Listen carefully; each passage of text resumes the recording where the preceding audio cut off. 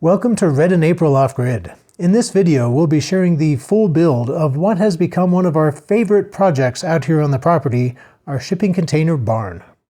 Instead of putting out weekly videos to cover this project, we decided to do one full build video. This project of turning our storage barn structure into a shop took about 5 weeks, so April didn't have time to film and edit weekly videos. The first 11 minutes of this video is a recap of the build that we've shared so far, and the rest is all new content. So feel free to skip ahead to the new stuff if you've already been following our story, and don't forget to like and subscribe. In 2020, April and I decided that we wanted to build an off-grid property in Arizona. We had some family that lived there and we loved the country. We purchased our property in summer of that year. It was a good-sized property with plenty of room for ourselves and our children if they decided they want to move out there with us. We then spent the fall and winter preparing to move out in the spring of 2021. We started thinking about the things that we needed to have in place at the property before we moved out and started working on those first. We decided that we needed, at minimum, a place to store our possessions once we moved out, a shelter for our RV because it's really hot out here in Arizona. We needed well water and solar. Soon after we purchased the property, we bought a diesel truck and a trailer because we knew we would be transporting goods and materials and eventually our possessions up to the property. And it's good we did because it wasn't long, maybe a day after we bought the trailer, that we found an amazing deal on some lumber on Facebook Marketplace. We ended up getting over 200 pieces of rough-cut hardwood lumber at an amazing price. We paid $2 a board, and these were rough-cut 2 inches by 6 inches by 10 feet long. So that was a whole lot of lumber, and we realized that we would be able to use this to build our well house and the shipping container barn roof. Next, we started prefabricating the wood into the frame for the well house and the roof trusses for the barn, and we did it all in the backyard of our house in Texas. In the meantime, I was using all of my vacation time from work to make trips to the property to complete projects. We would typically take off a week at a time and leave on Friday night and spend a full 9 days or so there, coming back on Sunday afternoon. It was a fairly long drive, about 11 hours one way to get out to the property, but these monthly or bi-monthly trips gave us an opportunity to transport prefabricated materials and eventually household goods. And there were some things that we got started on right away because we knew they would take some time. We had a surveyor get started on subdividing the land, and we also got on the schedule of the well driller. He was pretty backed up, and so we knew we wanted to get in there right away and get that going. Once the land was subdivided, we were able to get our building permits, and in the meantime, the well was drilled. It turned out to be a great well that would easily provide enough water for everyone on the property. We then ordered some shipping containers and made sure to be at the property when they arrived. Also during that same trip, we had a family friend come out to the property and do some earthwork and leveling to make a good space for the shipping container barn and for our future house. The shipping containers arrived later that week and we were able to get them all situated in the right location and leveled. The shipping containers were classified as cargo worthy and they were 40-foot long high cubes. We paid $32.50 each delivered for the shipping containers, which was the best deal we could find at the time, although it seemed like a lot of money. But come to find out, the price was increasing on shipping containers and would continue to rise for the next couple of years. The shipping containers did seem like a little bit of an expensive option compared to building something myself, but it's really hard to beat a shipping container. It's a large metal object that's really robust and strong. It's completely rodent-proof and weather-proof, and makes a great base to build other things on top of because it's so structurally strong, and it would also provide a good secure place to store belongings. So it was also a relatively quick and easy solution. We could just have them moved in and set them up and start using them immediately to store tools in and to start working out of. And since I had limited vacation time, we couldn't be up here, an unlimited amount of time, so it really made sense in a lot of different ways. In our next trip to the property, we loaded up the prefabricated materials for the well house, as well as several of the roof trusses. By that time, the well had already been drilled, and during that trip, the well driller was able to come out and set the pump, and we were able to build the well house around it, all in that 1 week. It was during a trip over the Thanksgiving holidays that we brought the rest of the roof trusses to the property and started building the barn roof. First, I welded on the angle iron uprights to attach the roof trusses to and the toe channel, while April and the kids put together the trusses. We rented a man lift for the week to help us with the process. It worked out great. We were able to attach the heavy trusses to the bottom of the man lift basket with a strap and lift them precisely into place. I then had my son and a family friend help us attach them. Using this method, we were able to set and attach all of the roof trusses in just a few hours. While back in Texas, I had already ripped a bunch of the hardwood lumber in half to use as purlins, and so I attached those next. Setting the purlins in place ended up taking several days, quite a bit longer than actually installing the roof trusses, and the lift helped out with that as well. Once that was done, we were able to start installing the sheet metal that we'd also brought with us. They were about 16-foot long sheets. It took a couple of days to install the metal. April helped a lot, and also a family friend came by and lended a hand as well. In that 1 week, we were able to completely install the roof with everything except the ridge cap, which we would have to do on our next trip up. Many have wondered why we didn't design the roof to where it came out to the edge of the shipping container instead of terminating in about the center of the shipping container. Probably the two main considerations that went into this were the materials that we were using to fabricate our own roof trusses and the angle that we wanted to install our solar panels on, since we would be installing our solar panels for our house and all of our energy needs on the roof of this structure. For the highest efficiency in our area, the solar panels needed to be installed at 30 degrees, and so that's what we built the roof to. And in order to make the roof wide enough to cover the side of the shipping container, we would have had to make it much taller, and it's already very tall, in order to achieve that same pitch, which would have required a lot more materials and a lot more complexity in the building of the trusses. The shipping containers are set 20 feet apart, and so the span of the roof trusses is about 28 feet. This particular design gave us 15 feet of clearance below the crosspiece of the trusses, which is plenty of room to get in an RV or fifth wheel or whatever we might be living in. It also minimized the amount of materials needed and the complexity of the trusses and still maintained that perfect pitch for our solar panels. As a side bonus, it gave us a walking path along each side of the shipping container and easy access to the roof, which came in very handy when we were installing the solar panels.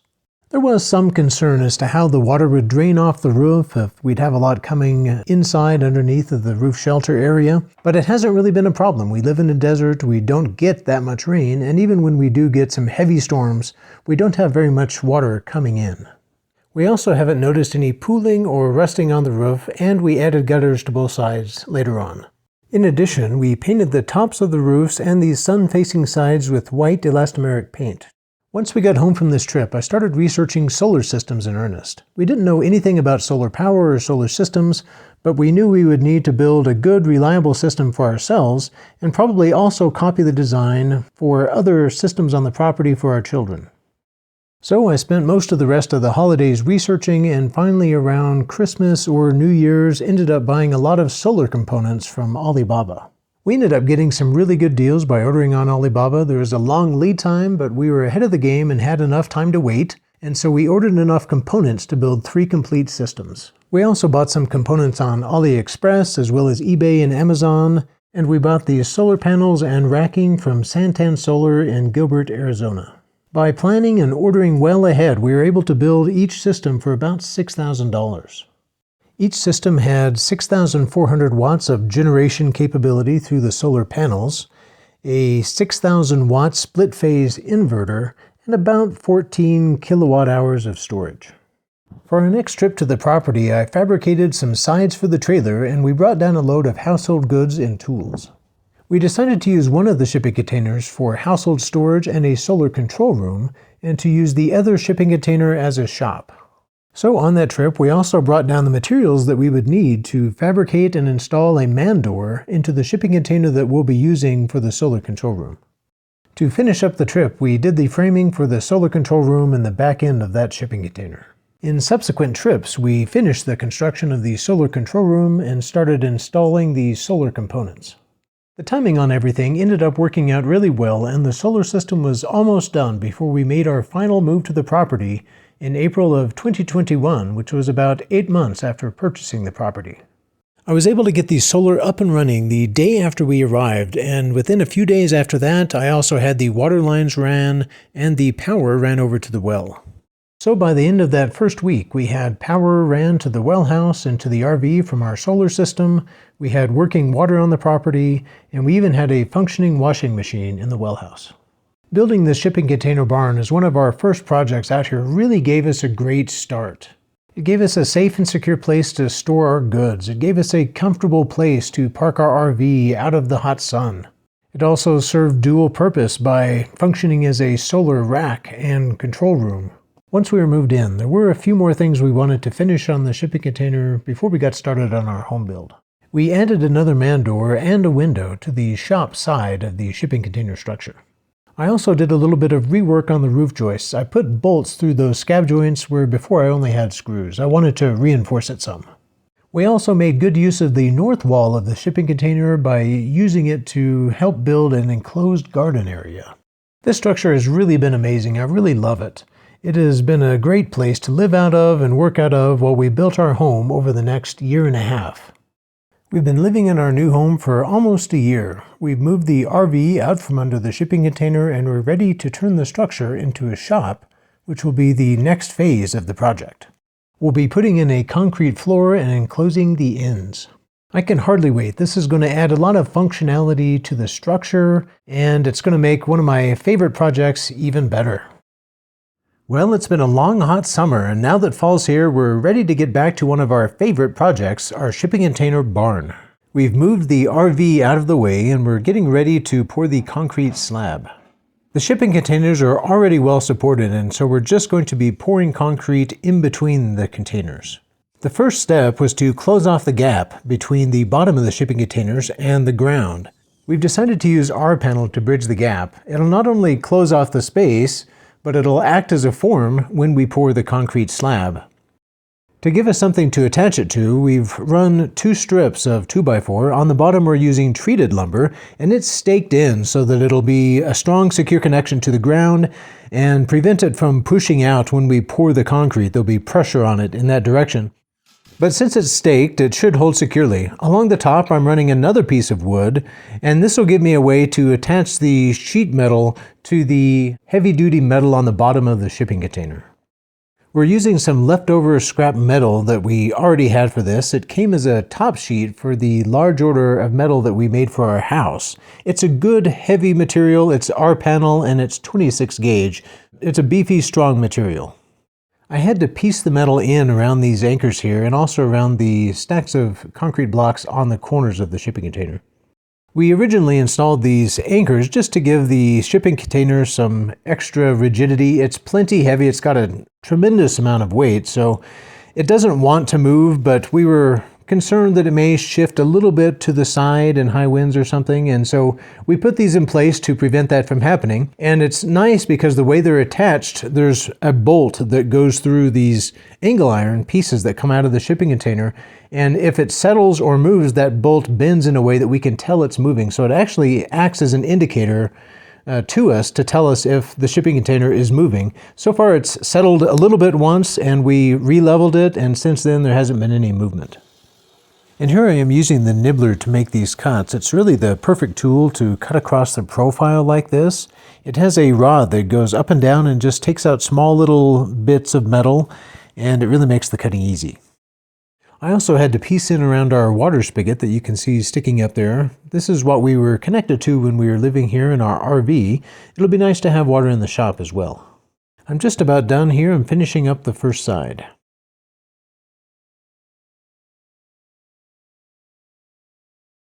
Now I'm going back and attaching this top strip of wood and the sheet metal securely to the bottom of the shipping container. To do this, I'm using a self-tapping metal screw that's about 2.5 inches long. It needs to be a pretty big, beefy thing because it's got to drill through this C-purlin on the bottom of the shipping container, and it's pretty thick metal. So I bought something that looked really robust at the hardware store, and it seems to be working out. It's drilling through that heavy C-channel. I'm ready to start on the other side now, and so I'm ripping some 2x4s to make those strips. I don't need the full width of the 2x4, just the half width is plenty of material. I'm staking in these treated lumber strips along the bottom here with pieces of rebar.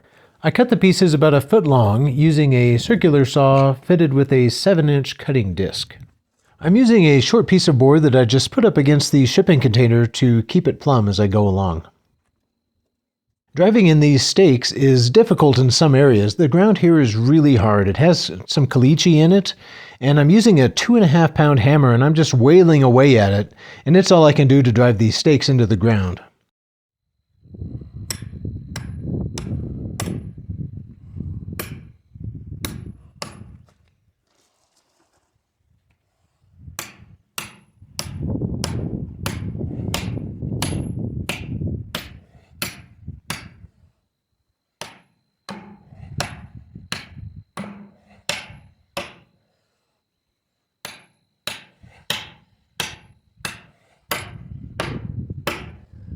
There were some areas along the bottom of this sea channel where it was all bent up during its previous life. These shipping containers don't always come in perfect condition. Sometimes they can be pretty bent up and bowed out. Anyway, I needed to make some corrections and I just used a wrench to bend it back into shape.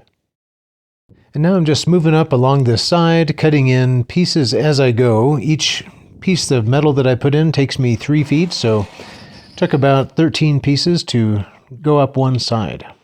I'm getting towards the end of this last side, but I ran out of the white. All we have left is a piece of cream-colored sheeting. It's the same type of material. It's an R panel, same profile and everything. It's just a slightly different shade.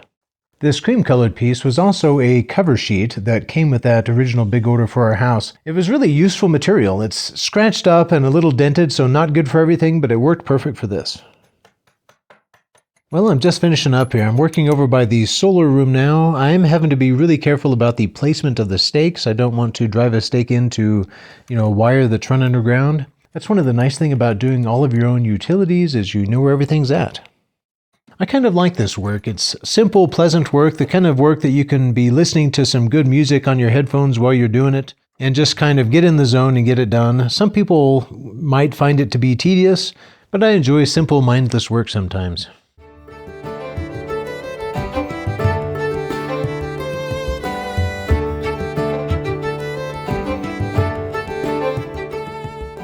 I've got the second side all finished up, and now we're going back through with some pest block spray foam to fill in the gaps left by the ridges in the R panel.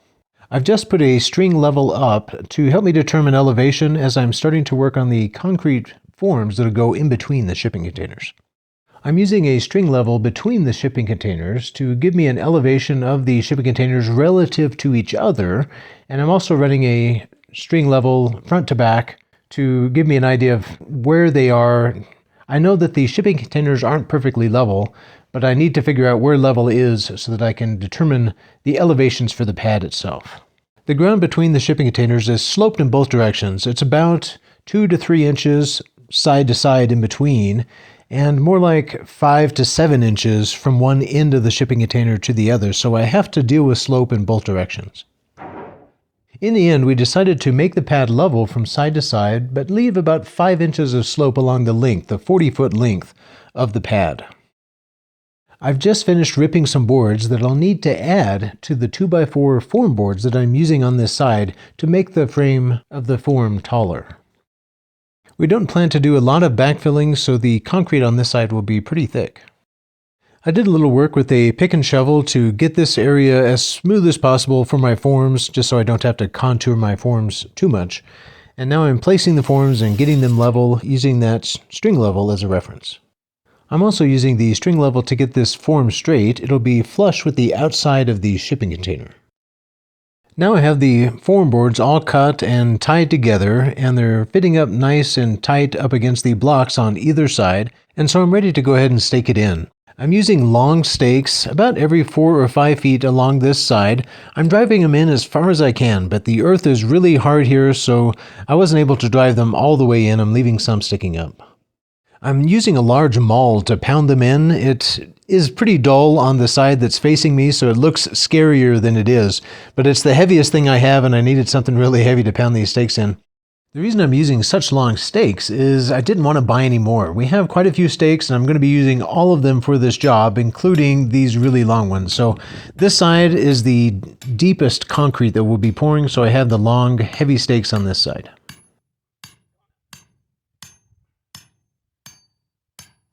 Now I'm using my maul to pound in another stake that I'll be using to attach a string line so that I can mark the forms that'll be on the inside of the shipping container area. We're going to be pouring this pad in 4 sections, 4 strips going across this open space in between the shipping containers, 10 foot wide each piece. So I'm going along every 10 feet and using this string line and a level to mark the location of the top of the form on the metal skirting. And now I've got all the forms in place. There's 4 forms that I had to put in, so we'll be pouring 2 strips in the first pour and 2 strips in the second pour, and we'll be doing alternating strips. So I had to run 4 forms, and now in the 2 areas that we're going to be pouring first, I'm doing a little bit of earthwork. The ground here is a little bit lumpy. There were some spots that were a little too high and several spots that were too low, and so I'm kind of taking off the high and filling in the low. I also used dirt to build a little bit of a dam on the outside of the form, kind of fill in the crack or the gap between the bottom of the form board and the ground. Make sure that no concrete wants to come out of that gap. And once everything is done, I will spray it down and pack it down real good to get ready for the pour. And now I'm building a 2.5 foot wide by 8 foot long form for a small pad over in our extra materials area. It's always nice to have a place to go with extra concrete that you may have. It's difficult to estimate exactly how much concrete you'll need, so I always try to give myself a little safety margin, and it's nice to have a place to go with that extra concrete. Okay, yeah, it was supposed to be 8 o'clock, 6 yards with 2 pounds of force factor.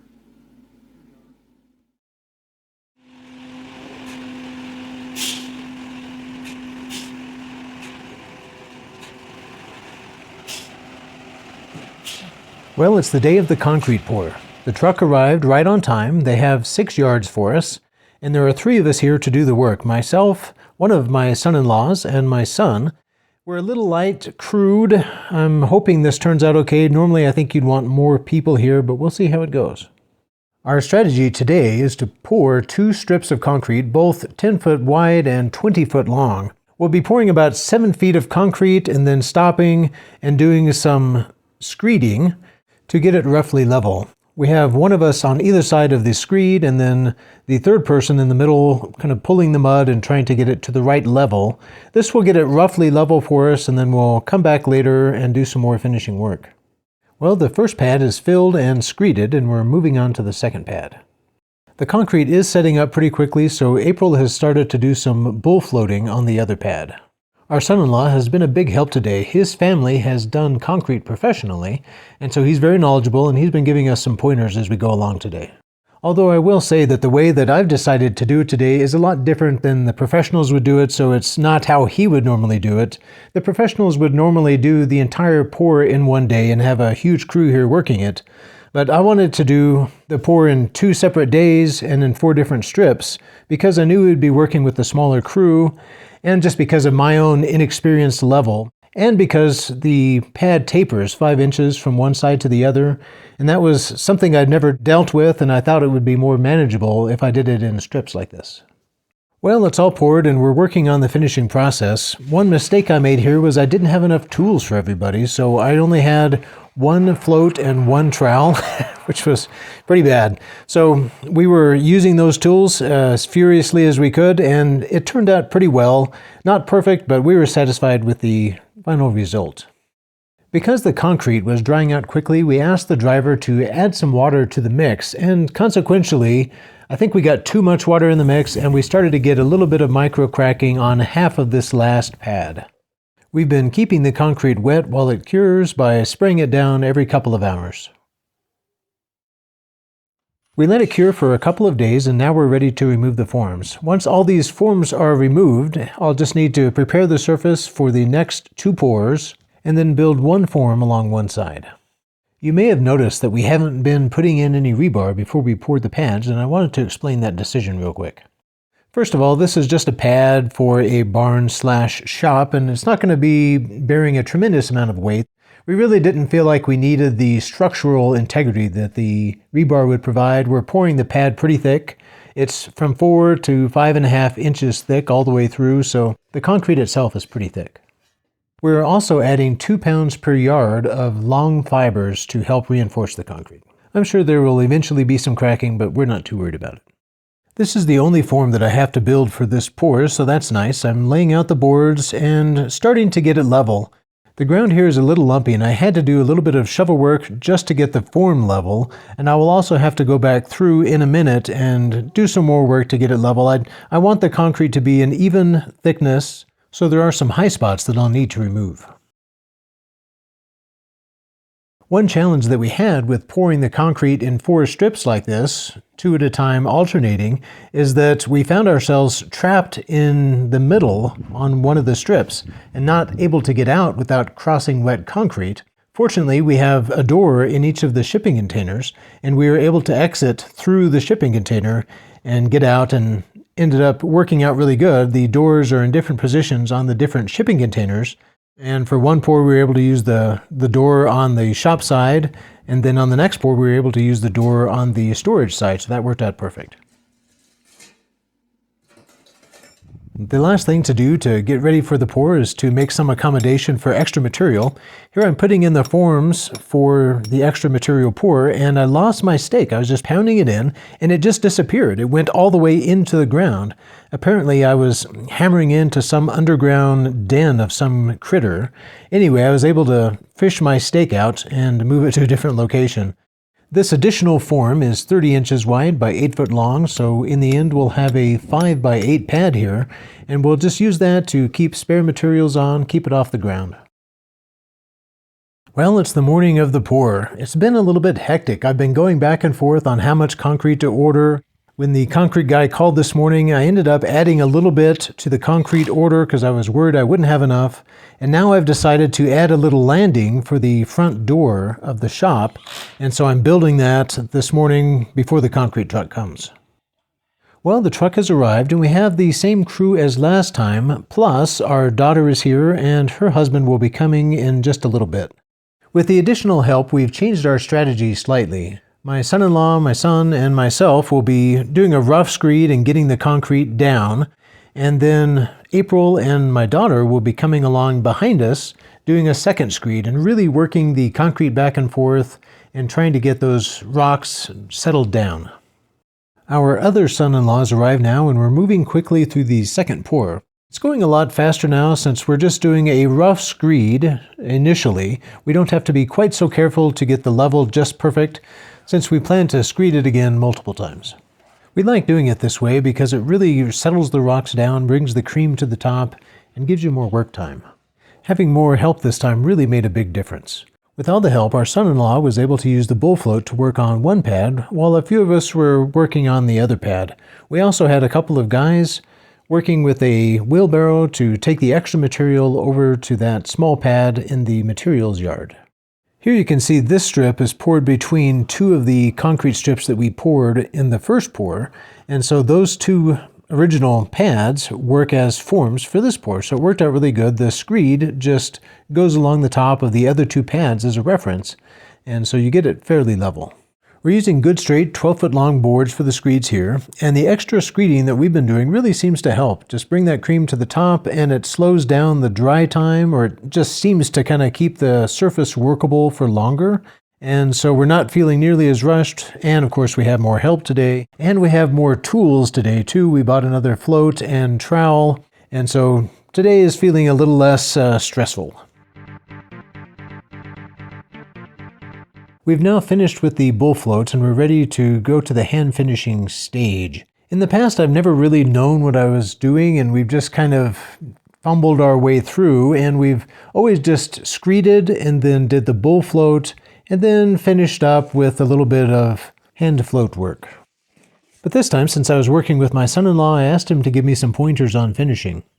It turns out that after the bull float work is done, a little time is given for the concrete to rest, and then you can move on to using a smaller float, a hand float, to work the surface and get it to a smoother, consistent texture. And then once that has rested a little bit and it's dried a little bit more, then you can go across with a trowel and get a really smooth surface on.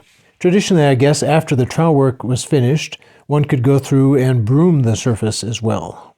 We didn't have a broom that would reach across this pad, so we decided to skip that step, although my son-in-law did show me how to do it on the little landing for the man door.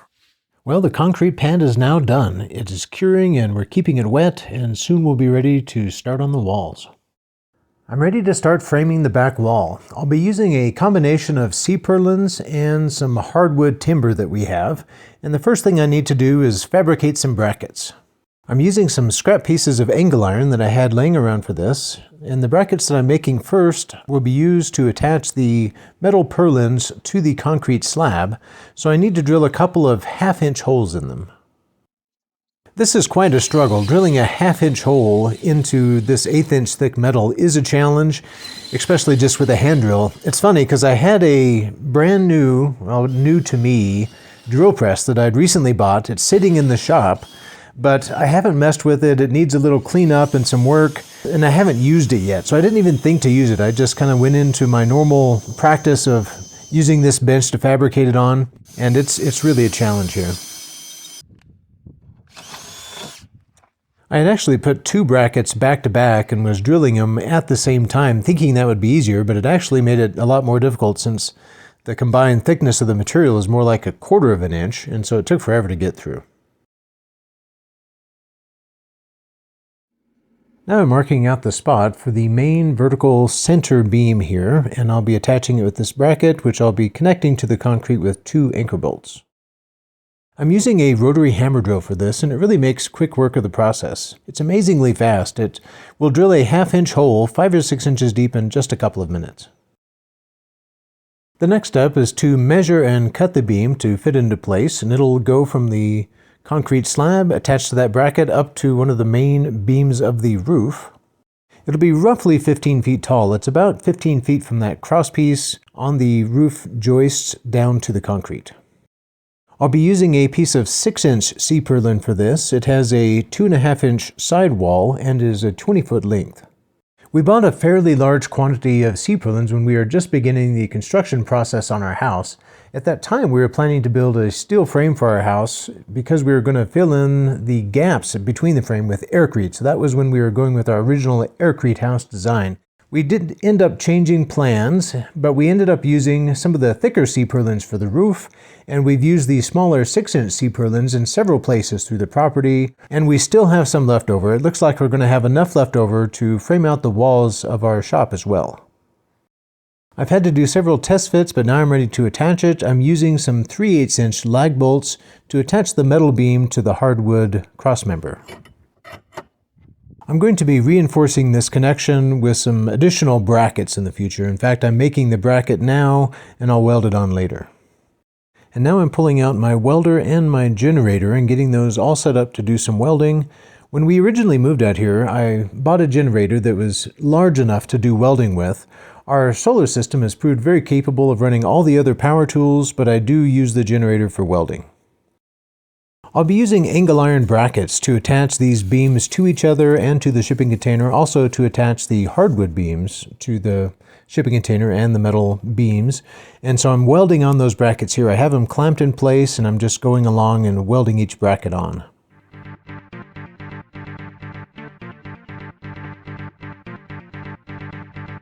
Now that the brackets are all attached, I can start to fabricate the horizontal beams. This took a little bit of figuring. Of course, it's easy to cut it to length, but I wanted to weave together the metal so that it fit in an elegant and efficient way. And so I had to figure out the best way to cut them to minimize the waste so that they fit together real nice and tight, provide a lot of points where they're contacting each other so that I can really get some nice secure welds in there. So that took a little bit of figuring to figure out exactly how I wanted to do that, but I liked how it turned out. In the end, I got it clamped together and ready to weld. That evening, I realized that I needed to update my drawings. We've made a couple of changes from the original plan. We've added windows in both side walls and replaced barn doors on one side for just a man entry door. We'll still have a very large set of barn doors on one side, a 10 by 10 opening, so that I can get large machinery and equipment into the shop. Now I'm working on the main upper cross beams. I've got them both in place now, and I'm starting to weld. I can weld all 3 of these horizontal beams in place now. It's funny, with welding the last year or two, I've noticed that I can't see very well. Like when I'm welding and looking at the puddle, it's just not clear at all. And I thought my eyes were going bad or something. And so finally, before I started this project, I took my hood all apart to clean everything off. And what I realized is that there was a fine piece of that plastic that they have on the glass that had never been removed. There's several layers of glass and stuff in a welding hood, and it was on the inside, and I didn't realize it was there. And when I took it apart, I saw it and I peeled it off.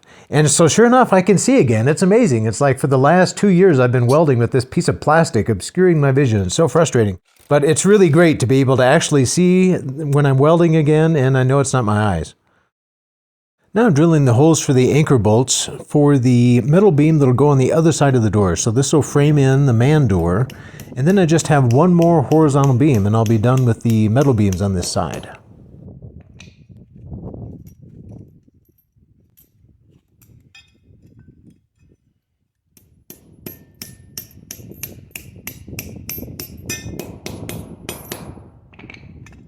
I'm using good heavy-duty 1/2-inch anchor bolts, but I bought them a little bit long. They're a little bit longer than necessary, really. They stick up about 1.5 inches. Now I just need to fabricate and attach a bracket for this horizontal beam that'll frame out the other side of the door. And now I'm cutting out some little tabs along the curled around C part of the C purlin. It makes a C shape, and so there's these little 1/2-inch tabs that have to be removed in order to get the next piece of metal to fit up inside it properly.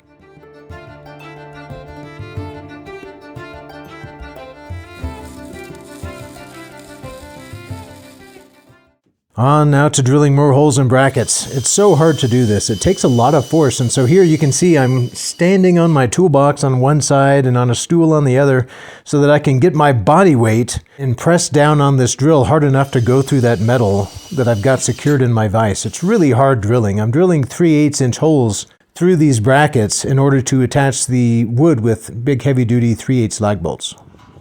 And here you can see I'm clamping one of those brackets in place and getting ready to weld it. I had to use a piece of wood under the clamp in order to get a good grip on it since it's inside that C-purlin. And then I used a little square here on the inside to get the bracket square.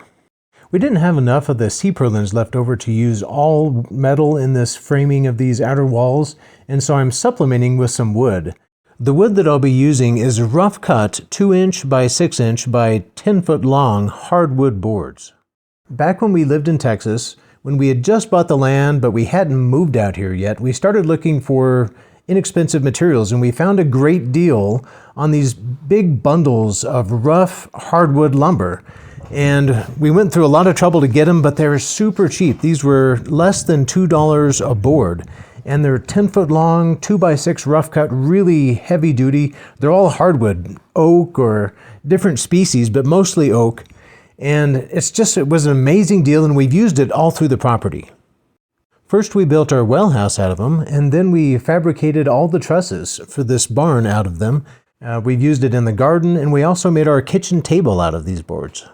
We bought 4 bundles, so 220 or so boards, and it's really been fun. I love this wood. It's really rough, but it's really strong, and it's been a great building material. There is a fair amount of detail cuts and fitting that goes into using this wood and fitting it inside of those C-purlins, but I really enjoy working with wood. I enjoy that much more than working with the metal. Well, I'm done with everything down lower, and I'm getting set up to do some work on the upper beams. Here I am doing some measuring, figuring out exactly the length I'm going to need. On this side, it looks like a wooden board will work out fine, but when I measured the other side here, I realized that it wouldn't be long enough. The wooden boards are 10 feet long, and I needed like 10 feet 3 inches. And so sadly, I ended up having to use another piece of metal to do this. I did have enough metal, so we're good that way. It won't be symmetrical, which is slightly unsatisfying. It'll be metal on one side and wood on the other side, but it's all fine. It'll work great. And I've got the wood piece already cut, and now I'm bringing over the metal to get it fabricated. I'm definitely getting faster at fitting these metal pieces together. I have the technique down. I know, which little tabs I need to cut out and what distances and where I need to cut the little slots so that it fits over the other thing. So anyway, now that I know how to do it, I've got kind of a system down, and it goes pretty quickly. And now I'm getting 2 sets of scaffolding set up to give me some elevation. You can see me, I'm lifting up my welder. I needed to get my welder up high so I could do some welding. And so I got it sitting at the very top of a 6 foot tall scaffold. Now that the welder is high enough and can reach, I'm able to weld in those upper cross beams, and while I was there I decided to go and weld the bracket on that center support to reinforce that connection as well. The next horizontal piece will be a wood beam, and so I need to drill some holes for my 3/8 inch lag bolts in this piece of angle iron bracing, and so that's what I'm working on now, and I'm really struggling. It's kind of way up there. I'm standing on the top of the scaffolding to get enough leverage. It was a difficult position. I couldn't get my body weight behind it. And to make things worse, all of my drill bits were dull. I had a wide selection of dull drill bits that I was working with, so I was really struggling. I ended up giving up for the night, but the next morning I was successful, got it done. And now I'm finishing up bolting this beam on. Even though these lag bolts are pre-drilled, it's still difficult to screw them into this hardwood. I'm just adding a short piece of blocking board to each side. Unfortunately, I did have to drill through the beam again. Ugh. Well, last up to finish up this side was to frame in for the window and the man door. I'll just be using some wooden 2x4s to do this. The window that we're putting in on this side is a good sized window. It's 5 feet wide and 3 feet tall, and we got it at a local discount store, brand new heavy duty window for $18. At some point along in here, I realized that we probably didn't have enough vertical support built in. There's a 10-foot gap between the shipping container and the center vertical beam there, and that didn't seem like quite enough. Later on, we did decide to go ahead and put another vertical support all the way from ceiling to floor on both sides. I've just finished up framing in the window, and here you can see the man door framed in as well. Well, I'm just getting ready to start on the other side. I have the metal beam laid out and I'm getting it cut to length and cutting the grooves and notches in so that it fits tightly up against the cross beam. There we go. Just cut a slot out. And I'm getting started on the cutting here. This little hand circular saw with the cutoff disc works really good for this. The layout that I'm using is the same design that I meant to use on the other side. I ended up cutting off too much material on the first center beam that I put up. So I'm doing it right this time. It'll be a nice tight fit, a tighter fit than on the other side, and it'll be more secure. It's all cut out now, and now I just need to drill a couple of holes for the lag bolts that I'll be putting in. I'm using a piece of wood behind the metal to brace it and drill into. It actually seems to be easier on the drill bits to do it that way, and I'm drilling 2 3/8 inch holes. I'm putting in the anchor bolts for the lower bracket of the center beam. I'm just cutting a slot out of the base of the beam so it fits cleanly over the bracket, and I'm ready to stand it up. I have April giving me a hand, and we're using a level to get it level. Realized that it was a little too tight, so we took it back down and I trimmed a little bit off of the top so it was a comfortable fit. Once we had it level, I pre-drilled the holes for the lag bolts and then screwed the lag bolts in up top. At the bottom of the beam, I just used some clamps to hold it securely in place, and it's ready to weld. I'm checking out the levelness of it here, and I'm very pleased. It's pretty much dead on level in both directions. It took a little bit of doing to get the edge of the concrete perfectly aligned with the top of that roof joist. And now I'm ready to do a little welding on this side. I can weld the main beam onto the lower bracket, and I can also attach the brackets for the 2 cross beams to the center beam now that it's in place, and also to the shipping containers on the sides. I just got the brackets welded onto the heavy metal on the corner of this shipping container. When I originally set these shipping containers before putting the roof on, I tilted the top of the shipping container out a little bit so they're not perfectly level. The reason I did that was to provide a little bit better drainage, since the edge of the roof ends at the middle of the shipping container and I wanted the water to flow away. So they're not perfectly level, but they're close enough, and I didn't want to change what I had now, so I'm just adapting for it as I go. This particular corner of the shipping container isn't too far off. Some of the other ones are a little bit more. Putting on the upper cross beams. The first one that I've already put up on the left there is for the top of the garage door. So that's the height and the header for the double big barn garage doors. And so this other cross beam that I'm putting in will be the header for the window that we'll be putting here. And so that's why they're at different elevations or different heights. I'm working on the lower crossbeam that is about a foot up off of the concrete. I'm cutting in the grooves and slots in the edges so that they fit together. I'm doing the same on the upright. Once I get this ready to fit in place, I'll be ready to weld several of them up at the same time.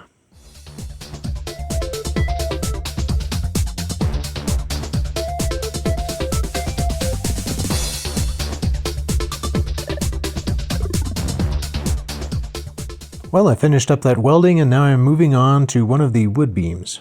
These wood beams go on a little bit easier. The brackets that I'll be bolting them to are already welded in place, and so I just need to cut a few notches and fit it in place and screw the lag bolts in. I'm just going to check the level on the center beam and make sure nothing is moving. All of these side beams that I'm putting in will add a lot of support and rigidity to the metal beam, which is good because the center beam will support one of the big barn doors that I'll be putting in. The space between the center beam and the shipping container is the width of the door. These next two cross pieces that I put in will attach to the rafter on one side and the center beam on the other. That's why I'm cutting in this taper here, and I will be attaching it with metal brackets. This piece of metal that I'm using for the bracket was just an extra piece that I had laying around. It's really way too heavy duty for this, but it works. It was about the right size and it was just a piece of scrap, so I'm using it. I've clamped a support board to the center beam over there, so as I lift this board in place, I can rest one side on that support and go ahead and screw in the board into the bracket. I also changed the orientation of these two top cross pieces that I'm putting in. They're up on edge instead of laying flat. It just made more sense to connect them to the rafters in this orientation. And that pretty much finishes up the main beams on this side, although we did decide to go back and add some more reinforcing beams in later, but that was after the metal was already on. I need to make one more bracket for the top of the center beam, and I decided to go ahead and get the drill press working. I had it sitting out here, and so I took a little bit of time to get it working, and it is so fast. It goes through metal like butter. Now we just have to get up on top of the scaffolding with my welder and weld this in place. That finishes up the main beams on this side, and now I just need to frame in the window. We wanted a big window on this side, and we found a 4 foot by 4 foot used, and it does open, which we like. So on the days that I don't open the big barn doors, I can just slide the window open and open the door on the other side and get a nice draft coming through. I'm using 2x4s to create a frame all the way around the window so that I have something to screw the flange of the window to, as well as to attach the sheet metal to from the outside. I'm ready to finish framing in the barn door opening. I'll be using the metal for the frame of the door, so I really don't need to do anything to the top or to the center beam side. But on the side where the door attaches to the shipping container, I'm going to need to do some more work. The shipping container itself is not level. It tapers out towards the top so that the gap or space in between is about 3/4 of an inch to an inch more at the top than at the bottom. And so that won't work with the door. I need something that's really true and square. And so I'm actually going to have to cut a metal beam and taper the sides of it so that the taper takes out that difference. Unfortunately, that means I need to get a purlin, cut it to the right length, which is just a little over 10 feet, and then laboriously use a grinding cutoff disc mounted to my little circular saw here and cut it at a taper along the entire length on both sides. I went through 1 or 2 cutoff discs just during this operation. I'm using a 7-inch cutoff disc that mounts neatly to my little Ryobi hand circular saw. At least they start off 7 inches. I usually use them till they get down to about a 3-inch diameter before I change them out. This looks like it went pretty fast, but it actually took a good bit of time. It was a long and unpleasant task. It is really important that you wear safety gear when you're doing this kind of thing. At a minimum, I should be wearing eye protection, ear protection, and respiratory protection.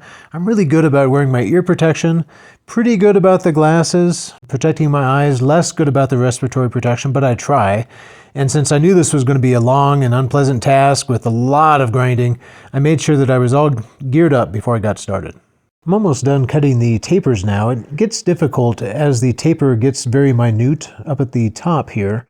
Just the way the C-purlin folds over twice there, it's hard to get that last little bit of taper, and so I laid it flat and ground out the tabs in order to get that last little bit. Then at the bottom I needed to cut in some steps so it fits neatly over the bricks. Now I'm just doing a quick test fit here to see how this is looking. It's looking pretty good. I just need to cut out a few notches at the top so that it fits in properly up there.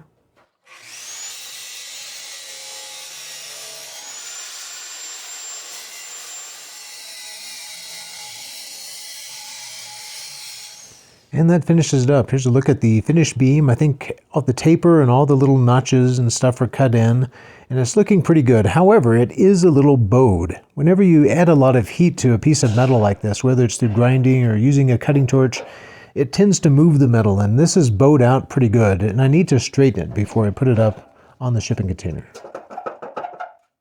I ended up putting a board under one side and kind of stepping on it, bouncing on it.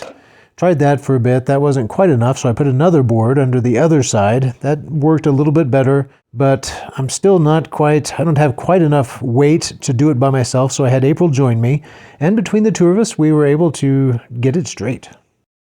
I'm ready to do another fit up. I went ahead and put it in place and used a clamp to hold it on while I got the level to see how good my taper turned out, how square and plumb this opening is. And it's looking pretty good, I'm pleased. There are a few little high spots that I need to grind down so it fits a little more flush, and I think once I do that, it'll be just perfect.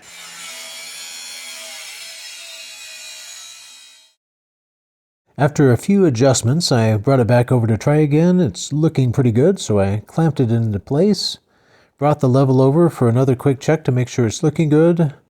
Ready to go ahead and weld it in place. I'll be moving around quite a bit as I weld and doing small welds, 1/2 inch to 1 inch long welds, kind of moving around up and down the beam, back and forth as I go, to try to spread the heat out. I don't want to weld for too long in one spot because that creates a lot of heat, which wants to move the metal and make it bow or warp.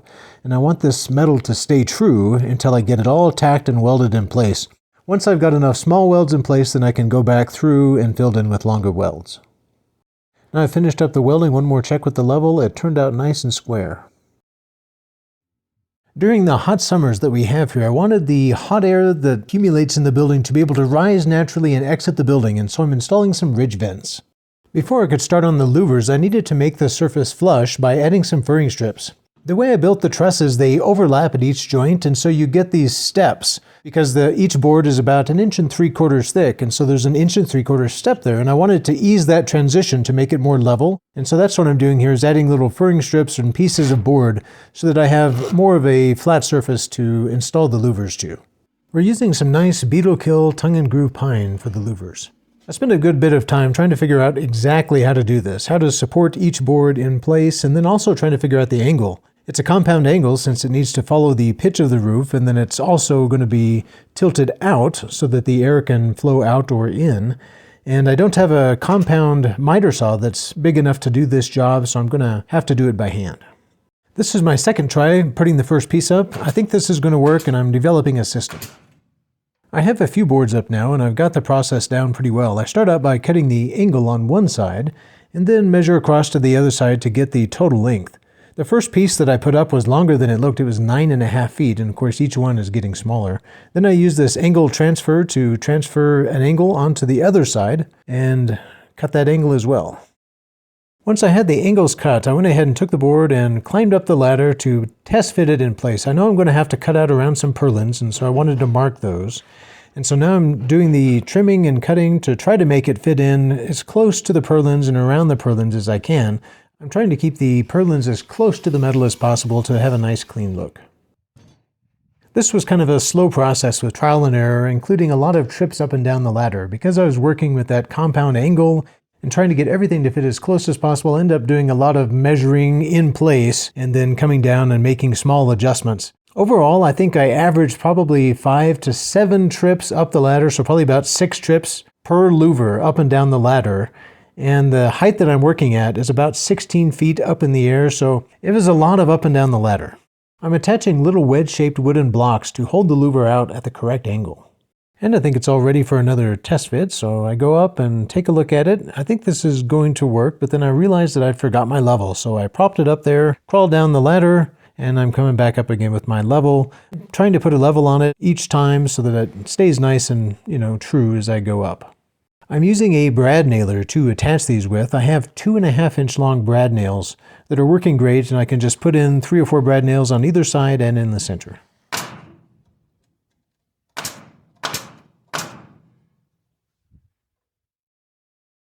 The next morning I decided to move to the other side of the barn since it's shady on this side, and it's very nice to work in the shade, so I moved my ladder over and got it all set up. And the first thing to do is block in those funny steps like I did on the other side. The first piece of blocking is some of that rough cut lumber, and I'm doing a bunch of planing on it to get the surface down to the right thickness and to take some bow out of it. Now I'm cutting the angles on so it fits in the gap. And now I'm pre-drilling some holes and getting some screws started so that when I take it back up the ladder, it'll be easy to screw in place. A flat piece was all that was needed for the left side, but on the right side I need tapered boards, and so I needed to fabricate a couple of boards that were tapered from 1 3/4 down to 0 over the span of about 2 feet. The last board that I need to put in is a center board. It'll go up right through the middle of the triangle, and it'll give me a place in the middle to attach my louvers to so that I can attach them on both ends and in the center. I just needed to cut a notch into one side so that it fits in flush with these hardwood timbers. We didn't get a whole lot of video of this process. It was a long process, just a lot of going up and down the ladder a ton, making minor adjustments and trying to get each one to fit in perfectly. It took several days. And here's a look at the funny cuts on the second to the top piece that I put in. I had to go around some purlins with this one. Well, the louvers are all finally done. It's so nice to have that completed. My next step is to put up a piece of J-trim, which will be the metal transition from the metal siding up to the louvers. And I'm putting a piece across the bottom. And now I'm just getting it level and stapling it in place. And now I'm cutting and installing the J-trim for the other side of the barn. The last thing that I'll need to do to these louvers is to add some screen material on the inside to keep the birds and bugs out. We plan to let them age for a year or so and then apply a clear sealant. We're getting closer to being ready to install the metal on the outside, and another one of those preparatory tasks that I need to do is to fill in a blank space between the rafter and the metal that's created by the purlins. So the purlins sit on top of the rafters, and then the metal sits on top of that. And so there's this space in between the purlins, that's the thickness of a purlin, that is open. And I want to close that off on the ends before we put the metal on. I didn't want to use new material for this, so I spent some time digging through the scrap pile and found some nice pieces that I can cut down to size. These blocking boards went pretty fast. I was able to finish up one side that evening. The next morning I was looking through Facebook Marketplace and I found some incredible deals on used woodworking equipment, and so we ended up dropping all of our plans and made a trip to Tucson to pick it all up. Some of this equipment is really heavy, and so I'm backing the trailer into the barn so that I can use a chainfall hoist to help me get it off the trailer. First, I'm removing the straps and the blocking boards that I had screwed into the deck of the trailer to keep things secure while I moved it. And next, I'm using the chainfall hoist to pick up a very heavy and old metal lathe that I picked up. I'm hoping to restore this piece. It's a good heavy piece, probably 500 pounds total, and the chainfall hoist made it really easy. I was able to pick it up and suspend it, move the trailer out from under it, and then set it down on a cart so I can easily move it around the shop. It's not too often that really good deals come up on items that you need, but when they do, it behooves you to act quickly. We knew there would be a competition to get there and get these items that were really, really nicely priced. And so I was forced to drop everything and make a flying trip to Tucson to be the first one there to pick these up. I was really happy with the deals I got. I'm really excited about this equipment. All of these machines will need some work. They'll need to be partially restored, but that's something that I enjoy doing and I'm looking forward to it. This hoist was really nice to unload this equipment. This joiner here has a granite top and it's over 500 pounds, and with the hoist it was really easy to move. The hoist is connected to one of the cross members of a roof joist above. It's also really nice to have a concrete floor. You can use casters on things and it makes heavy equipment easy to move around. We also picked up this beautiful 7-foot long drafting table, which will make a perfect workbench. The trip to Tucson took a full day, and then unloading everything and getting it organized took most of the next day. So I have just a little bit of time left over this evening, and I'm going to get started on some of the blocking or putting in these boards that I'll be using to attach the metal to, along all the edges. This piece I'm putting on here is right up by the doors, and so we wanted to make sure that we could still open the doors without any impingement, which worked out just fine. I cut a few notches in the board so that it clears just fine. To attach these, I clamped them in place, and then I pre-drilled all the way through the metal and then used a self-tapping screw after that to go ahead and screw on in. I didn't trust the self-tapping screw to go all the way through because it's really thick metal here.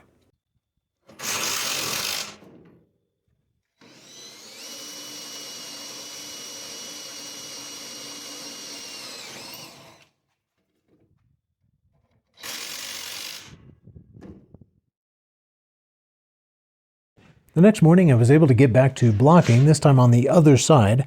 I'm putting the blocks in between the purlins up there, and so I'm ripping some boards to the correct thickness to perfectly fill in that gap, and then later I'll go back and cut each one to the right length. I usually get started by climbing up the ladder, taking all the measurements of the widths, because each one is a little bit different, writing it down where I can see it, and then going down and cutting each board to length, taking the boards back up, and then attaching them with one screw on each side, toe-nailed in. We're now ready to go ahead and install the windows. This window I spent a good deal of time cleaning. We got it used and it was very dirty, so after a good amount of time cleaning and prepping, it's ready to install. It's looking really nice. We just put it up in place and get it good and centered, and then put in screws around the flange to secure it. This is just a basic aluminum single pane window, but it does slide open and has a screen, so it'll work great for us. We were able to pick up this window on Facebook Marketplace for just $20.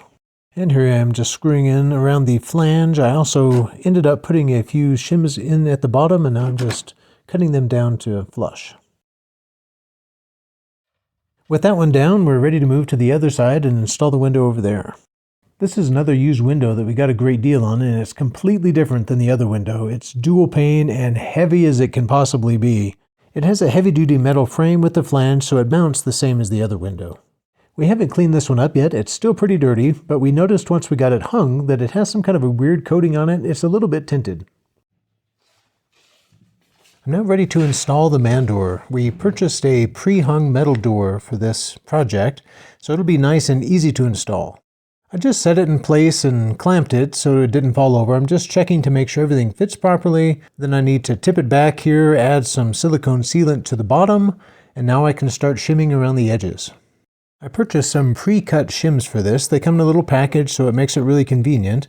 I usually put 2 shims in, one each side, so it gets nice and level, and then I put a screw through the shim into the door frame. And I do that in several locations.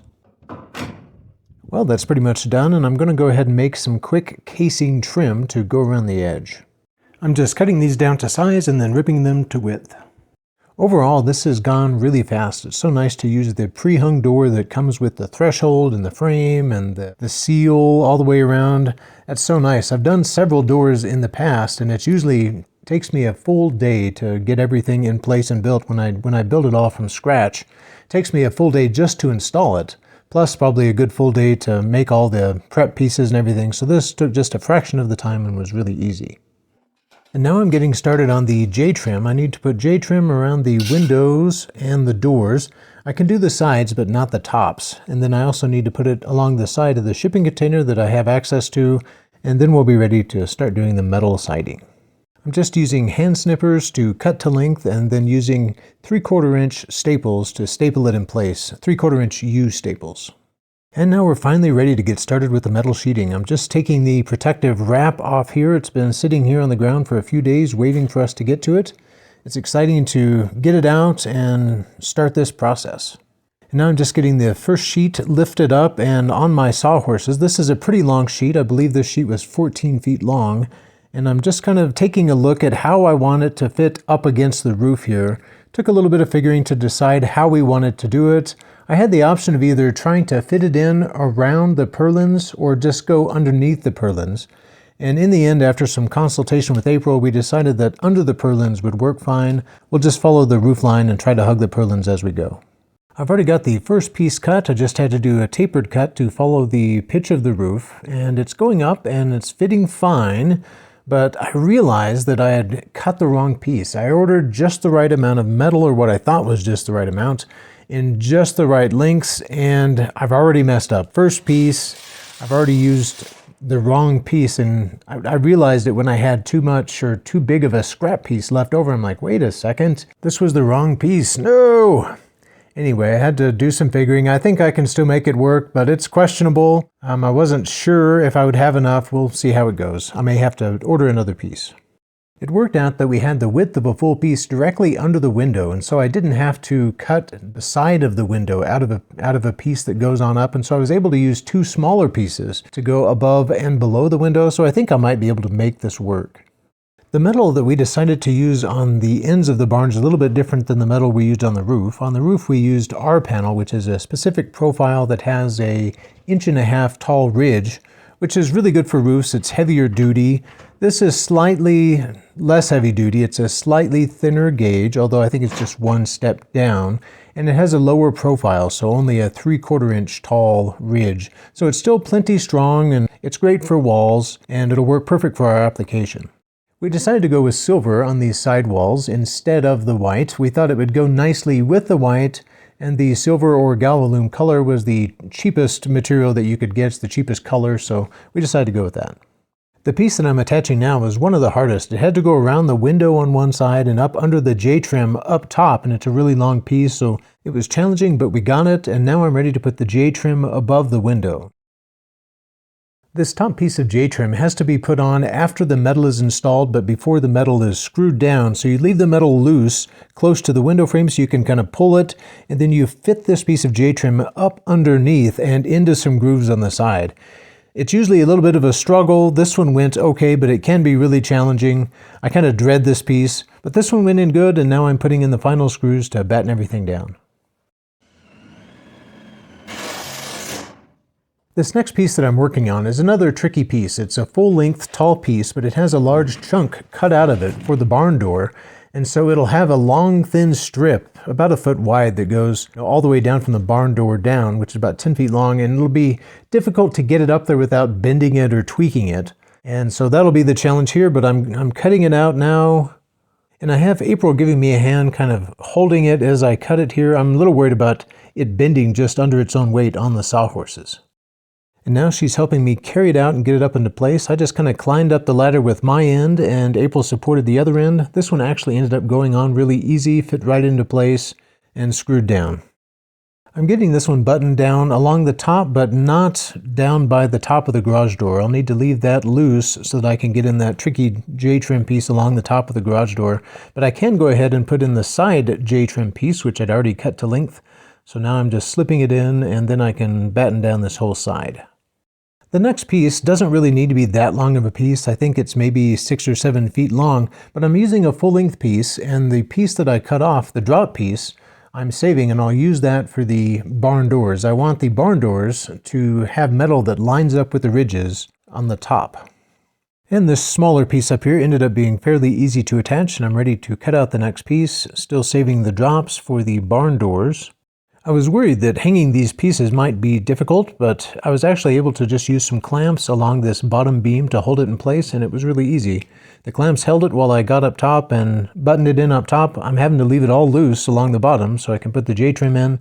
One thing to note is the roof truss isn't perfectly flat since there are overlapping joints, and so I have to add shims in behind that to kind of smooth the transitions there, but it's not perfectly level, and so you do see a little rumple or a little warp on the face. Next, I'm just installing the J-trim piece up top. This went in easier than normal since it only had to slip into the slot on one side. And then next up was the rat guard. A lot of this wall is doors, so just one 10-foot piece of rat guard was enough. It slides up in under the sheet metal panels, and then you just put in sheet metal screws through the sheet metal and through the rat guard to attach it along the bottom. And now I just need to fill in the corners here, those little triangle pieces on the sides. For the second one, I was able to use this scrap piece from that first piece of metal that I messed up with and had an extra chunk left over. That piece ended up working out great for this corner. And that pretty much wraps up the first side. It's always satisfying to put metal up. It makes such a big difference, and we were able to do it all in one day. As you can see here, the way that this roof is attached to the shipping container leaves a sizable gap that needs to be filled in. I thought about buying some 2x8 pine boards from the lumber store to use for this, but then I realized that I had enough scrap material out in the junk pile to do the job. I'm just going through all of my piles of scrap wood, and here I've collected a good armful of smaller pieces that I'll be able to use. I also have 8 or 9 of the rough-cut hardwood boards that I'll use for this. They're pretty warped and not good for much else, but they'll be great since I can cut them up into smaller pieces anyway. I've been working on this most of the morning, and I've almost finished one side. I just have a few left to do here, and we'll show you the process. I start out by getting a measurement for that particular space and then cutting a piece of the rough hardwood lumber to size, and then also cutting a piece of scrap 2x4 to size as well. I then need to screw the 2x4 to the rough cut lumber to make something that's about 7.5 inches tall. That's the height of the gap that I need to fill, and the width of each space is roughly 3 feet. Each one usually takes several trips up and down the ladder, just getting the original measurement and test fitting. The space that we're filling with these blocking boards is between the angle iron on the bottom and the first purlin at the top.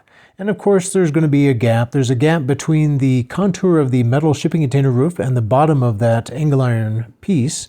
And there's also a gap between the metal at the top and the top of the purlin.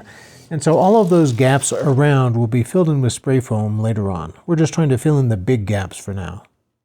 Well, we have the first side done, and we're going to take a break from that for now and move on to sheet metal on the last remaining wall. We're starting out with the J-trim, and this first piece of J-trim will go along the side of the shipping container. On this side, both of the shipping container doors open, and so I have to make accommodation for the hinges. This J-trim will go flush with the end of the shipping container, and if I don't cut out notches, then when the door swings open, that arm of the hinge will hit the J-trim, and so I'm just cutting out a notch to make room for that. With those notches cut out, it makes for kind of a bendy, floppy piece. It's kind of hard to get up in place, but once I get up in place, I just attach it with some staples. It may look like I'm attaching it to metal here, but I'm not. I'm actually stapling it into those furring strips that I screwed into the side of the shipping container earlier for this very purpose. It's kind of fun doing this detail work with hand snips. They're kind of cool to use sometimes. I use a set of two. One is right-handed and one is left-handed. They're different colors, green and red, so you can tell them apart easily. Using the right snippers for the right cut is important. The left-handed will cut cleanly on one side and leave distorted metal on the other, whereas the right hand will do just the opposite. And so if you're cutting a waste piece out of the middle, you'll end up using both pliers so that the distorted metal is all in the waste piece. And similarly, when you're cutting an end, you want to use the plier that leaves the distorted metal on the outside waste piece. I've just finished up with the J-trim around the window, and we'll give you a little close-up of the corner detail here. And next up, I'll be cutting the rat guard to size and putting it in place. It's easier to do it now than later. I'm starting work on the first piece of metal here. I have to cut out a small section for the window, and then I have to cut the taper along the top to match the ridgeline. And I got April to give me a hand carrying this out and put it in place. We got it up in place and realized it was off a little bit just due to the shipping container not being completely plumb on that side, and so I needed to trim a little bit off the window opening. And with that one adjustment, we're able to get the metal plumb up and down and start attaching it up top. I will mention that this side of the shipping container structure is taller than the other side. It's 6 to 10 inches taller. The ground slopes down in this direction, so these sheets are a little bit longer. This is generally a two-person job, but these shorter pieces above and below the window I'm able to get myself. This is the type of work that I can mostly do by myself, but when I need help, I really need help. And so April ends up staying out and close by so that she can give me a hand when needed. One of the things that I really need help with is taking measurements. For each piece, I'll drop the tape measure down to April and she'll hold it kind of flush with the concrete at the bottom, and I'll take accurate measurements from the bottom to the top. And these are really long pieces that we're using to reach all the way up here. They're about 16.5 feet long. And so they're long, awkward, and difficult to manage without help. I'm using the nibbler to cut across the contour to cut out this window opening. It's really perfect for this application. I ended up just using it for all the cuts, and then I just used the hand shears for the finer detail work. And here you can see the slot I cut out for the J-trim that'll go along the top of the window, and then I just needed to clean up the corner on this bottom portion.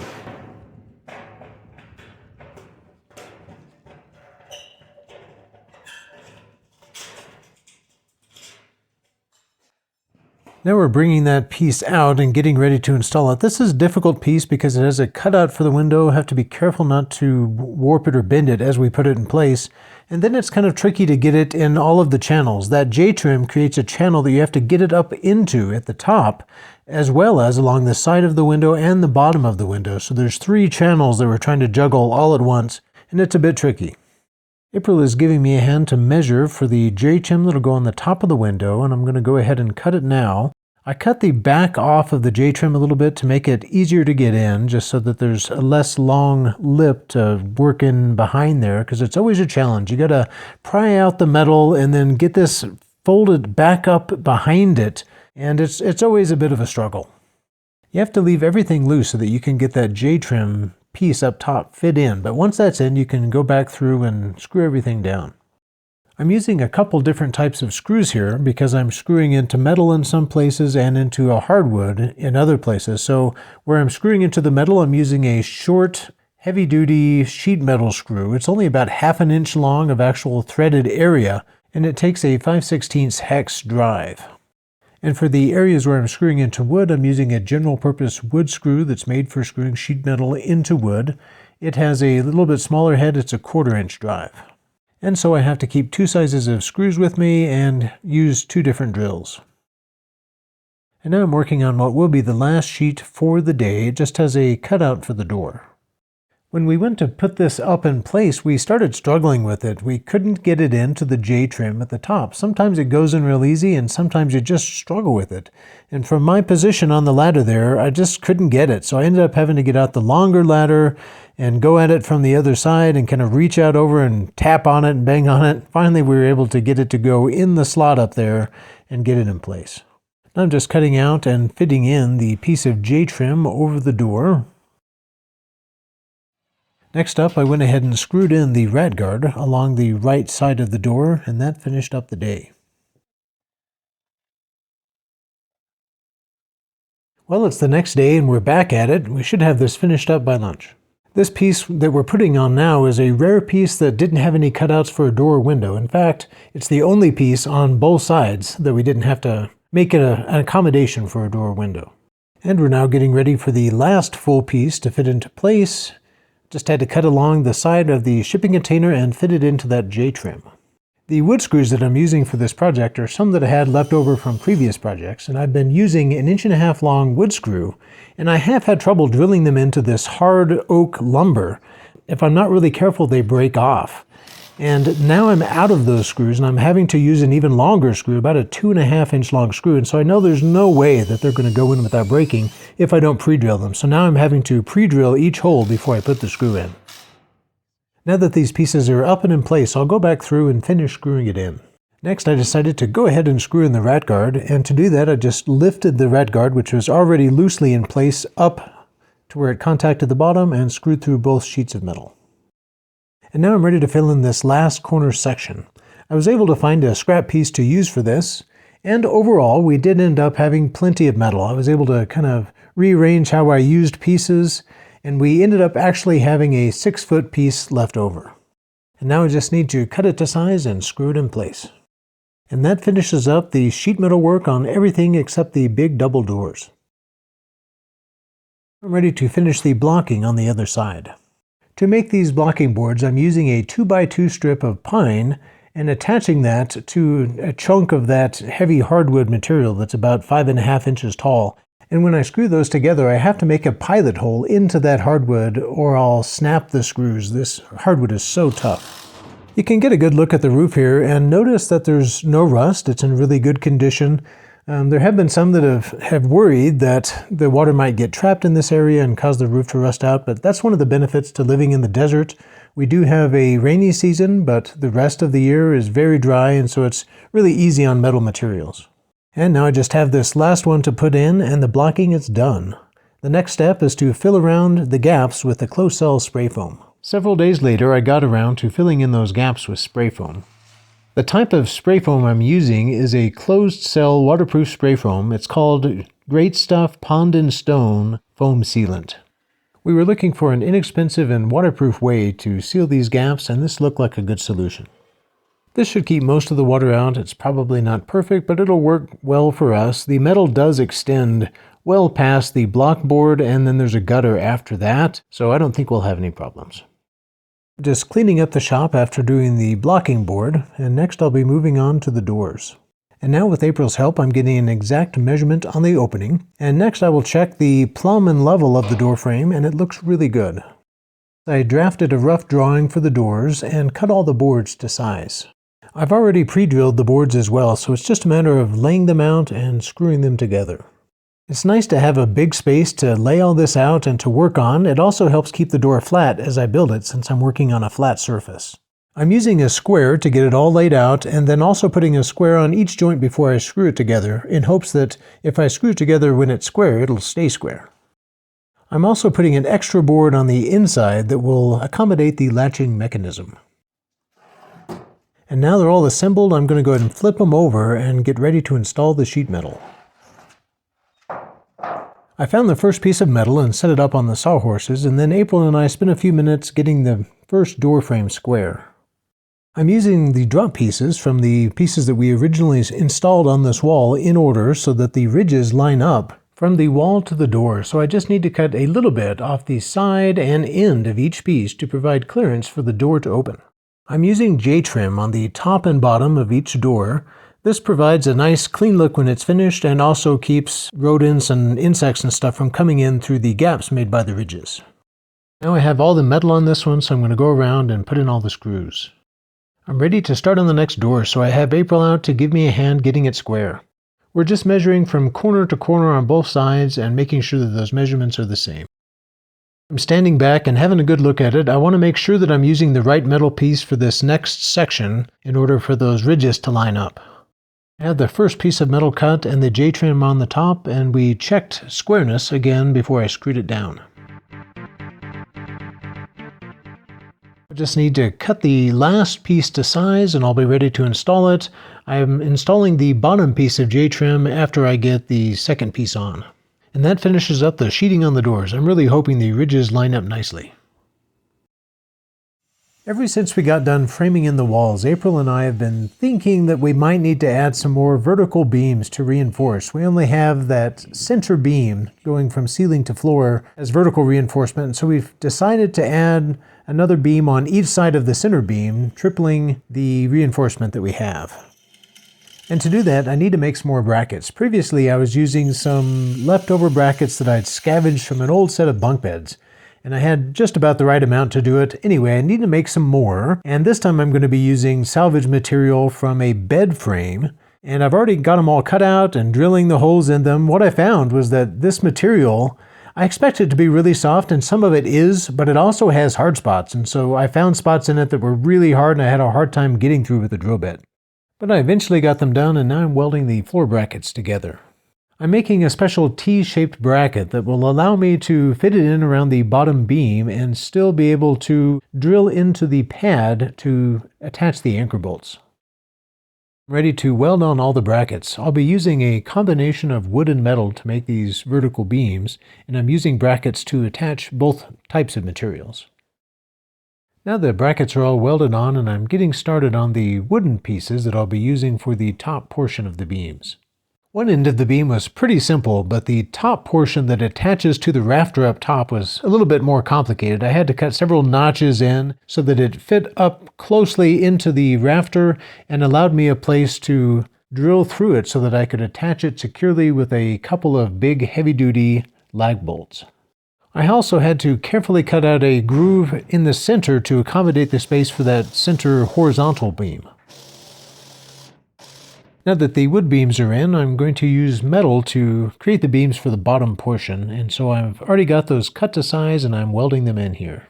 The reason I'm using metal for the bottom portion of these beams is because we finally ran out of that awesome rough cut lumber that we've been using for everything else here, finally used the last few pieces. The beam is already welded in and the brackets welded to the beam, so now I'm just attaching the anchor bolts to secure it to the concrete pad. As a final reinforcement step, I wanted to work on reinforcing the center beam where it connects to the collar tie. I'm adding a piece of rough-cut oak between the collar tie that the center beam attaches to and the adjacent collar tie, so it'll tie those together and just give that connection more reinforcement. I had to do a little fancy cutting here. I had to cut a notch in on one side and then cut a bevel on the other side so it all blended in and looked nice. I'm going to be using lag bolts to attach it on both sides to the metal beam on one side and then to the adjacent collar tie on the other side. And now I'm ready to install it. I need to get out my big heavy ladder and extend it way up. It's about 15 feet high up here. I've got some clamps that I'm going to be using to hold it in place while I pre-drill for the lag bolts. The drill bit that you use to make these pre-drilled holes for the lag bolts is really important with these when you're going into hardwoods like this. Oak is so hard that if you use too small of a drill to pre-drill the holes, you may not be able to get the lag bolt in. And that finishes up the reinforcement on this side. I also did the same thing to the other side with the wooden beams on top and the cross tie support, as well as a metal beam below the window. And now I'm finally ready to hang the big metal doors that I've already made. I'm marking the location where the hinges need to be welded on the metal frame, and I'm going to try to make a special jig that will allow me to be consistent as I'm welding them on. I want each one to have the same inset and to be perfectly square with the door frame, and so to do that I've cut a piece of wood and I'm screwing a hinge onto it at the right offset. I'm trying to make this as accurate as possible, so I've used dial calipers to measure the distance of the offset. I even sanded down the wood a little bit to get it really precise, and now I'm checking it to make sure it looks good. I think this is going to make sure that each hinge is held in exactly the same place when I weld it on. I'm grinding the paint off of the metal beams in select locations to ensure that I have a good weld. I also ground the coating off of the parts of the hinge that I'll be welding to ensure good adhesion of the weld on that side as well. These are heavy-duty 4.5-inch bearing hinges that should easily support the weight of these heavy doors. I'm welding the hinges in place. It really works well having this jig. I just use screws to attach each new hinge to this jig through the same holes, and so each one is held securely and in place, and I'm able to just hold that in one hand while I tack it in place with the other hand. I'm just welding them on partially at first because I don't want to get too much heat into the bearings of this hinge, and so I'll weld it on enough to hold it in place, and then I'll come back later and do some more welding to give it time to cool down in between. I have them all rough welded on, and so now I'm going back and completing the weld on each one.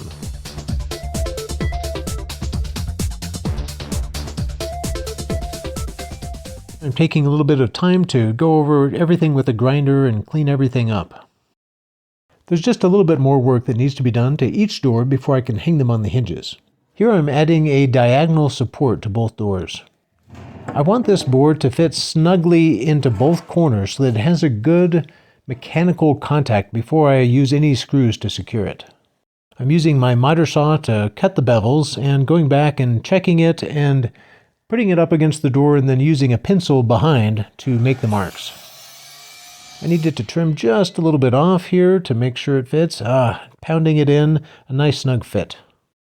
I'm ready to go back in and screw everything together. It's got a nice mechanical fit, so that will actually take the strain, but I'm using screws to basically just hold it in place. Next up, I'll be using the router to cut a long groove in 4 boards, 2 for each door. Each grooved board will be a slot that a piece of rebar will fit down into and will allow the rebar to slide up or down inside that slot, and I will be using rebar to secure the doors in the closed position at the top and at the bottom. The groove that I'm cutting in each board is 5/8 of an inch wide and 5/8 of an inch deep, and that will give me a little bit of a clearance for the 1/2-inch rebar that I'll be sliding down through this channel. 1/2-inch rebar's actual dimension is closer to 9/16 than 1/2 inch, so that'll give me about a 1/16 of an inch clearance. I'm just screwing these boards with the channel in on the bottom and then on the top.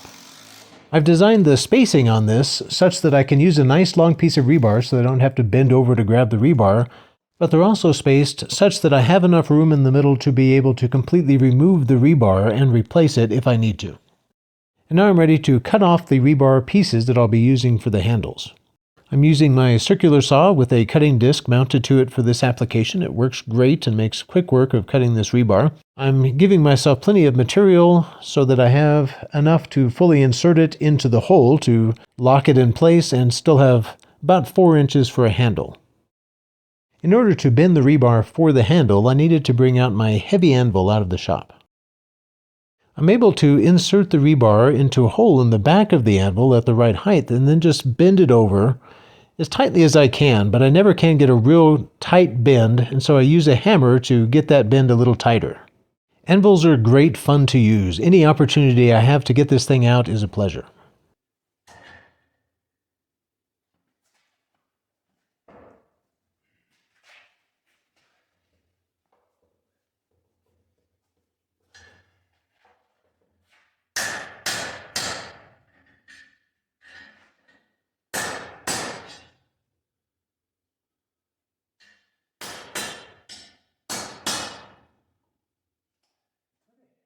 I'm making a small piece of wood that will attach just to the side, and it'll hold the piece of rebar in the open position.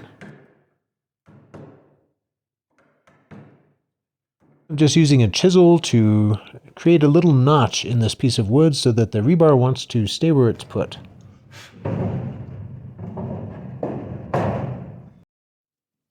Here's another piece I had to make. It's a holder for the top piece of rebar. I cut a notch in the side that'll hold the rebar in place.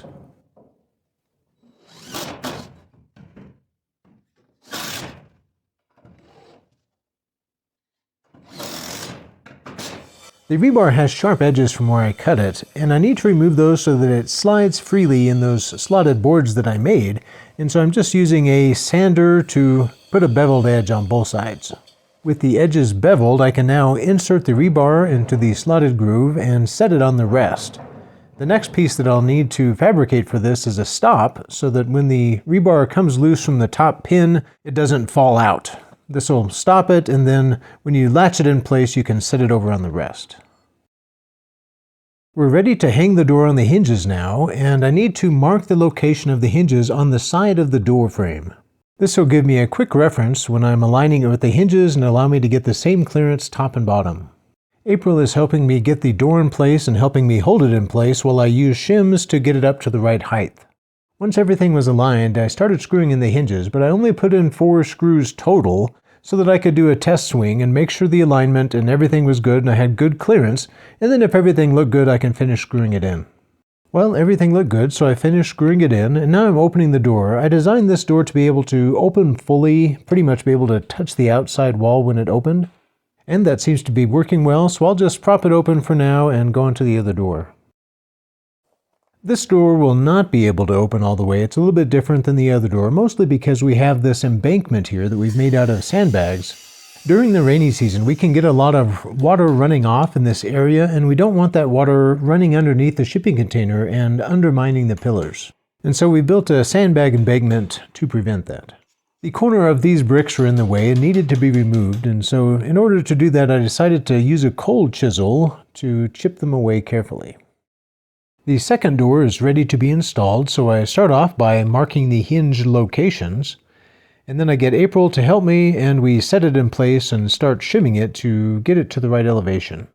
One small but important detail that I've learned about attaching heavy doors to hinges like this is the importance of pre-drilling the holes for your screws.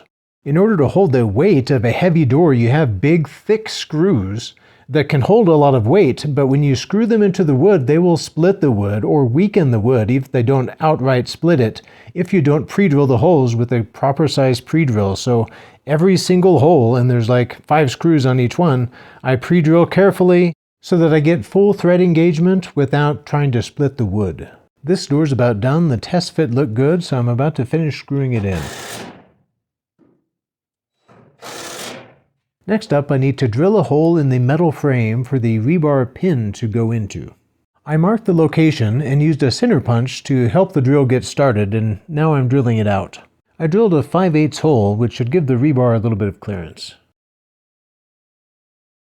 The hole for the bottom pin will be drilled into the concrete, and so I'm using a 5/8 inch masonry bit to drill that hole. And the rebar slides right in, bottom and top, and locks it into place in a very satisfying way, I must say. I want to create a door stop that will hold the door in the open position and keep it from blowing closed in high winds. I plan to use the lower rebar pin to secure the door in the open position, and I'll do that by placing a heavy concrete block. This is a solid 4-inch thick concrete block that's very heavy, and I'm placing it in the ground where it can't move, and then I'm drilling a hole for the rebar to go down into. We may eventually move those sandbags so that the door can open fully, but this will work for now. That's one door finished, and now I'm drilling the holes for the second door. I drilled the top hole first and then marked the location for the hole in the concrete. I used my handy rotary drill to drill the hole in the concrete, and it made quick work of the job. Now with both doors latched and in place, I'm going to work on some trim. I want to fill those gaps around the door, and so to do that I'm marking the edge of the door, or the location of the edge of the door in the door frame, so that I'll know where to put the trim. I'm doing some pre-drilling in these trim pieces. I will be using a self-tapping metal screw to attach them, and that screw needs to be able to clear the wood so that it can spin and open up a hole in the metal without grabbing the board.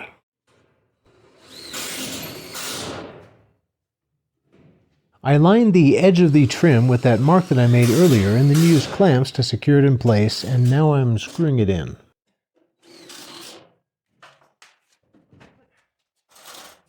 And here's a look at the finished trim. I also have the door secured on this side with a stop block of its own.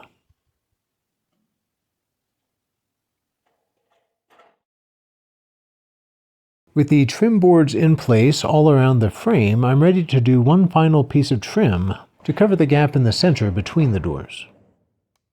I kind of messed up on my first attempt and had to take it back off and cut some more notches in it, and I'm having to fit it in around the boards that I'd added for the rebar pins.